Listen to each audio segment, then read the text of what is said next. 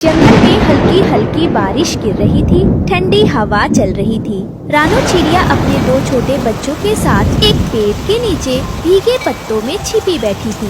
अम्मा, हमारा पेट दर्द कर रहा है, हम कब खाना खाएंगे? बेटा, मैं कोशिश कर रही हूँ, लेकिन आज जंगल में कुछ भी नहीं मिला, ना दाना, ना फल, ना कुछ पकाने के लिए लकड़ी। पर तुम चिंता मत करो, मैं कुछ जरूर लाऊंगी। रानू के पास ना खाना था, ना घर और ना ही आग जलाने का चूल्हा, पर फिर भी वो अपने बच्चों को दिलासा दे रही थी। उसी वक्त पास से उड़ते हुए कालू कौवा और गोरी कौवी वहाँ आ पहुँचे। उन्होंने रानू और उसके बच्चों को कांपते हुए देखा, लेकिन मदद करने की जगह वो हंसी उड़ाने लगे। अरे रानू, क्या बात है? बारिश में भीग रही हो क्या? क्या आज पकौड़े तलने की तैयारी है? लेकिन पकौड़े के लिए गोभी चाहिए और चूल्हा भी चाहिए। तेरे पास तो कुछ भी नहीं है। सुनो सुनो सब, रानू पकौड़े बनाना चाहती है, वो भी फूल गोभी के, बिना आटा, बिना तेल और बिना चूल्हे के। ऐसे पकौड़े तो हवा में उड़ जाएंगे।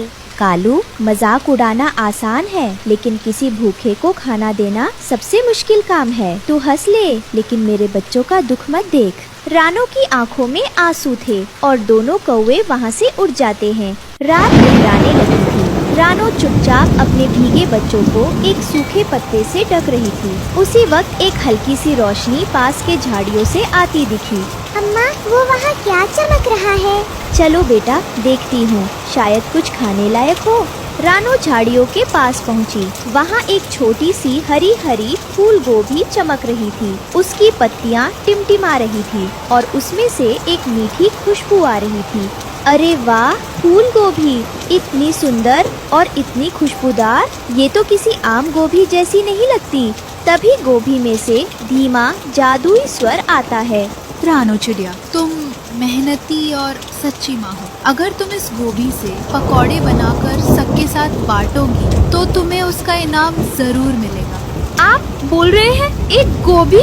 मैं जादुई गोभी हूँ और मैं भूख से रोते बच्चों की मदद करने आई हूँ। ले जाओ मुझे और सबके साथ मिल बांटकर खाना बनाओ। रानू की आंखों में उम्मीद की चमक आ गई। वो मुस्कुराई और जादुई गोभी को पत्तों में लपेट कर ले आई। रानू ने झरने से थोड़ा पानी भरा, गोभी को काटा और डाल पर पत्थर से चूल्हा बनाया और उस फूल गोभी से पकौड़े तले।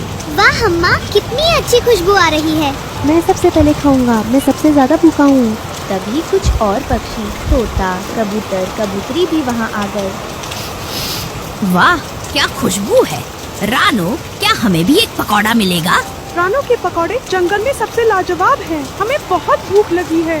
खाना तो सबका हक है। आओ सब मिलकर बैठो और गर्मा गर्म पकौड़े खाओ। जैसे ही रानू ने सबको प्यार से पकौड़े खिलाए, एक हल्की चमक आसमान से उतरी और उसी जगह और रानू के सामने एक सुंदर छोटा सा लकड़ी का घर प्रकट हुआ। रानू, तुमने दूसरों की भूख को अपनी भूख से पहले रखा। तुमने बिना स्वार्थ के सबके साथ बांटा। ये घर तुम्हारे लिए है। ये बारिश से बचाएगा, सर्दी से बचाएगा और हर दिन तुम्हें प्यार और सुरक्षा देगा। शुक्रिया, सचमुच शुक्रिया। मैंने कभी सोचा नहीं था एक गोभी की इतनी शक्ति हो सकती है। उसी समय पास के पेड़ से कालू कौवा और गोरी कौवी सब कुछ देख रहे थे। रानू को घर मिल गया, वो भी ऐसा जादुई घर। ये कैसे हो गया? हमने तो उसका मजाक उड़ाया और देखो, अब वो आराम से अपने घर में है। मुझे तो यकीन ही नहीं हो रहा। हमारे पास सब कुछ था, लेकिन हमें कुछ नहीं मिला। वही दूसरे पेड़ पर बैठा तोता और हरियाली तोती बोलती है, क्योंकि रानू ने बांटा और तुमने छीना। जंगल में सच्चे दिल वालों को ही इनाम मिलता है।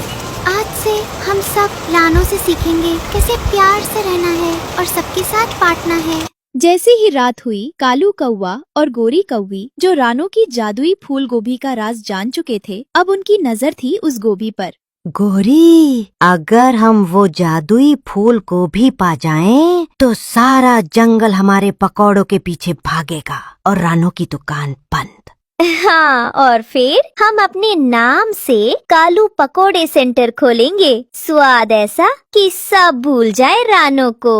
तो चलो रात में चलते हैं उस पेड़ के नीचे जहाँ वो गोभी छुपाई है। चुपचाप निकाल लेंगे।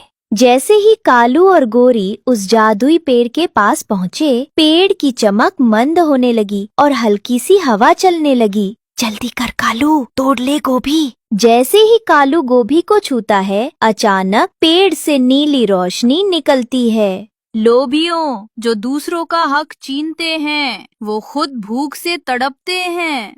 ये पेड़ बोल रहा है, हमें माफ कर दो, हम सिर्फ चखना चाहते थे।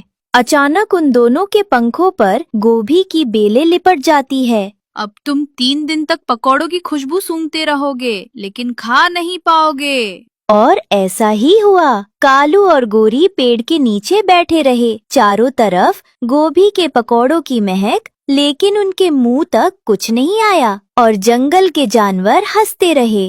अब समझ में आया, रानू की मेहनत चुराई नहीं जाती। इस कहानी से हमें सीख मिलती है कि जो थोड़े में भी सबके लिए सोचता है, उसे प्रकृति सब कुछ देती है।